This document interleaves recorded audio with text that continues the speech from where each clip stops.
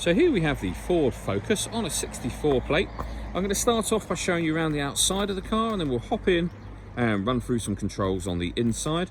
But from the outside, you can see it's a 5-door car with alloy wheels and tinted windows. Let's start off inside the boot and then work our way around the rest of the car from there. So as we approach the back of the car, you'll see we have plenty of boot space along with that 60/40 split folding rear seat, should you wish to increase that space even further.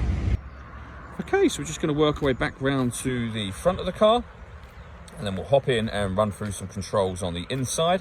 But now that we've done a full circle of it, you can see it's in excellent condition the whole way round. Just briefly before we climb in, I think it's well worth seeing the interior from this exterior point of view. There's plenty to run through on the dashboard, so let's hop in and we'll do that right now.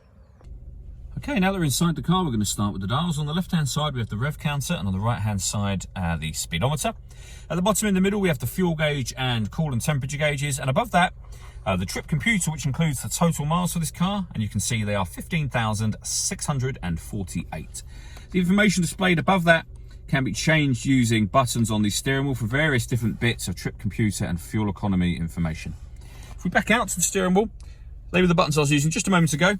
On the right hand side, we have stereo controls and voice activation for the phone. So you can hit that button in the middle, ask it to dial anyone in your contacts list, and it will do that for you without you having to take your phone from your bag or pocket. That is, of course, once you pad it up, and that is done over in the center just here. So on this screen, you can see that we have the radio. So this car's got FM radio. It'll also have AM as well, and DAB. And you can cycle through those by pressing the radio button on the unit just here. If you press the auxiliary button, you'll see that this car has got USB input. No USB device. And also a CD player as well. So plenty of ways to listen to your music in this car. Working our way down, you can see the CD player just there. The main volume for the stereo is there. You can lock and unlock the car from that button.